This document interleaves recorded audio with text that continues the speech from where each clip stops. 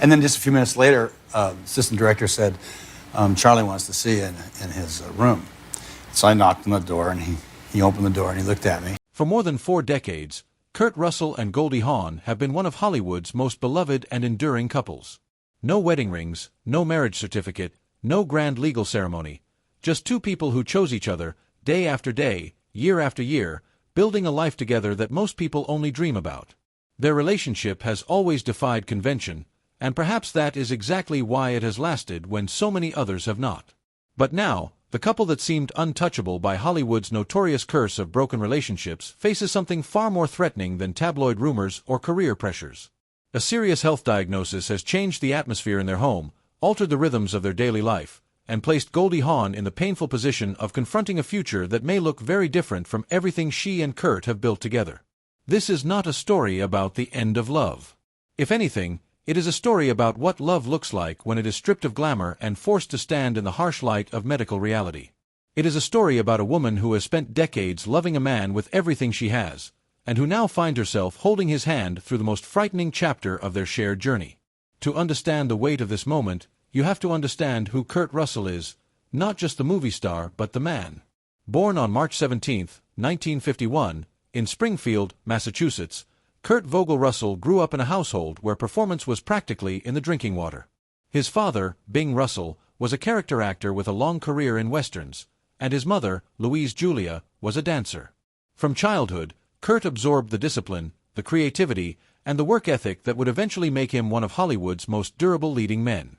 He was an athlete before he was an actor, genuinely, seriously dedicated to baseball, playing as a switch-hitting second baseman in the minor leagues for California Angels affiliates in the early 1970s. It was only after a torn rotator cuff ended that dream that he turned his full attention back to acting, and Hollywood was ultimately the beneficiary of that injury. His career arc is almost unparalleled in its range, from his early days as a Disney child star, where Walt Disney himself reportedly called him the studio's best young actor, to the gritty cult icon he became working with director John Carpenter in films like Escape from New York and The Thing. He earned a Golden Globe nomination for his dramatic work in Silkwood alongside Meryl Streep and Cher. He became a genuine action star in films like Backdraft, Tombstone, and Stargate. He earned widespread critical praise for his portrayal of Olympic hockey coach Herb Brooks in Miracle. And in his later career, he found a whole new generation of fans through his work with Quentin Tarantino and his role in the Marvel Cinematic Universe. More than 60 years after his first appearance on screen, Kurt Russell remains relevant, respected, and beloved, and that is not an accident. It is the product of a man who takes his craft seriously and has never stopped evolving. But behind all of that, the tough guy roles, the magnetic screen presence, the rugged persona, there is a man who has always said that his greatest pride is not his filmography. It is his family. Kurt Russell and Goldie Hawn first crossed paths in 1966 on the set of the one and only genuine original Family Band. He was 16. She was 21. There was absolutely nothing romantic between them at the time. Goldie later recalled thinking he was adorable, but far too young to take seriously in any romantic sense. They moved in different circles, built separate careers, lived separate lives, and went their own ways. Then, 17 years later, fate arranged a second meeting. Both were being considered for the 1983 film Swing Shift, and during the audition process, Kurt, by his own later admission, somewhat hungover and completely unfiltered, made a bold comment about Goldie's appearance. Instead of being offended, she was charmed. There was something refreshingly honest about him, something that cut through the carefully managed social performances that tend to dominate Hollywood interactions. They went on a first date that was, by any measure, unforgettable, swing dancing at the Playboy Club, followed by the two of them breaking into a house Goldie was in the process of renovating, an adventure interrupted by the arrival of the police. It was chaotic, spontaneous, and utterly them. What followed was a love story that has now spanned more than 4 decades. They never married. This was a deliberate, conscious choice. Goldie has spoken about it openly over the years, explaining that she believes the daily choice to be together is more meaningful than any legal document. Kurt has echoed that sentiment, and the choice seems to have worked. While Hollywood marriages crumbled around them, Kurt and Goldie simply kept choosing each other. What cemented Goldie's feelings early on was watching how Kurt interacted with her children from a previous relationship, Oliver Hudson and Kate Hudson. He did not treat them as an obligation or a complication. He embraced them genuinely and completely, becoming a father figure in the truest sense of the word. When their son Wyatt Russell was born in 1986, the family simply expanded. Kurt's son Boston, from his earlier marriage to actress Susan Hubley, was also part of the picture. What emerged was a blended family held together not by legal ties but by genuine love and a shared commitment to showing up for one another. For those who have followed Kurt and Goldie over the years, what stands out most is not the glamour, though they have certainly had their share of red carpet moments, but the ordinariness of their devotion. They have spoken in interviews about cooking dinner together, about the importance of laughter in their daily life, about protecting their private time fiercely even as public figures. Their 1989 Oscars appearance, during which they playfully pretended to propose to one another during an award presentation, captured something genuine about them, a couple who found real joy in each other's company and did not feel the need to take themselves too seriously. They are grandparents now. Kate Hudson has children of her own. Wyatt Russell married actress Meredith Hayner and has children. The family that Kurt and Goldie built from such unconventional foundations has grown into something rich and multi-generational, full of the kind of continuity that speaks to the strength of the values at its core. And then came the news that changed everything. It began, as these things often do, with something that seemed minor. Kurt developed persistent sores beneath his lower lip, lesions that might have been easy to dismiss or explain away as something ordinary. But they did not heal. They lingered, worsened, and eventually prompted a deeper medical investigation. What doctors discovered was not an ordinary skin condition. The diagnosis pointed to something far more serious, a rare genetic disorder known as Peutz-Jeghers syndrome, often abbreviated as PJS. Peutz-Jeghers syndrome is not a household name, and most people have never heard of it, which perhaps makes it even more alarming when you begin to understand what it means. It is a hereditary condition characterized by the development of dark pigmented spots on the skin, particularly around the lips and mouth, and by the growth of polyps throughout the digestive tract. These are not ordinary polyps. They are classified as hamartomatous polyps, and while they begin as benign formations, they carry an extraordinarily high potential for malignant transformation. According to medical literature, individuals with Peutz-Jeghers syndrome face a lifetime cancer risk estimated to be as high as 93%, a number that is not just sobering but genuinely staggering. The sores Kurt developed beneath his lower lip were among the skin manifestations of this syndrome, precancerous lesions that, without prompt and thorough medical intervention, could progress toward invasive cancer.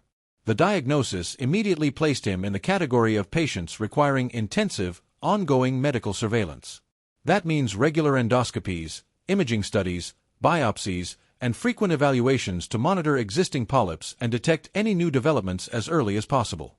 It means that for the rest of his life, Kurt Russell will live under the watchful eye of a multidisciplinary medical team, oncologists, gastroenterologists, and specialists working together to stay ahead of a condition that never simply goes away.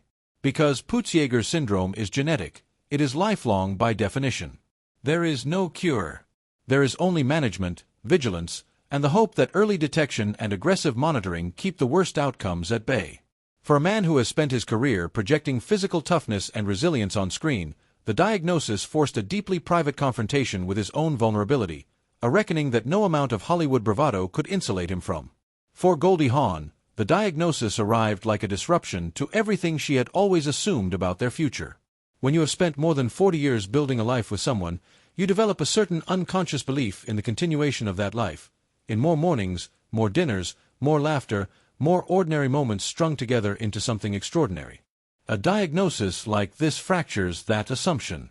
It forces you to sit with the possibility of loss in a way that is visceral and immediate. Those close to the couple have described a noticeable shift in the atmosphere of their home, not a collapse, but a quieting. The conversations have become more serious. The weight of prognosis and medical decisions has settled into spaces that used to hold only lightness. Friends and family have gathered around them, offering support, but support can only do so much when the fear is so personal and so close. What Goldie has done in the face of this fear is remarkable, though perhaps not surprising to anyone who has paid attention to who she really is beneath the effervescent public image. She has become Kurt's most fierce advocate, accompanying him to appointments, researching his condition, coordinating with medical professionals, and ensuring that he has access to the best possible care.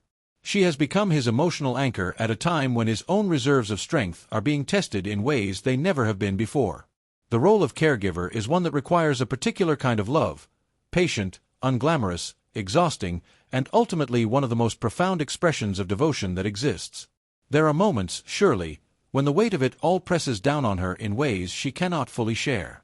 The private fear of saying goodbye to the person who has been the center of your life for over 4 decades is not something that can be easily articulated or processed in public. But Goldie Hawn has never struck those who know her as someone who crumbles under pressure. She practices meditation. She has long been an advocate for the connection between mental wellness and physical health. She is, at her core, someone who believes in resilience, and she is drawing on every reservoir of that belief right now. The road ahead for Kurt Russell is long and demanding, and shaped by uncertainty in ways that are difficult to fully predict. The management of Peutz-Jeghers syndrome requires not just medical compliance but a fundamental psychological adjustment, learning to live with the knowledge that the threat is always present, that vigilance cannot lapse, and that each medical evaluation carries with it the possibility of difficult news. Early detection has been working in Kurt's favor. His prompt medical attention following the initial signs has been critical, and the hope that comes with catching these things early is genuine, if cautious. The couple has surrounded themselves with trusted medical professionals who are guiding each step of the process, and the support of their family, children, grandchildren, and the broader circle they have cultivated over decades provides a foundation that medicine alone cannot supply. What Kurt and Goldie's story ultimately reveals about love is something that no romantic comedy, including the ones they made together, could quite capture.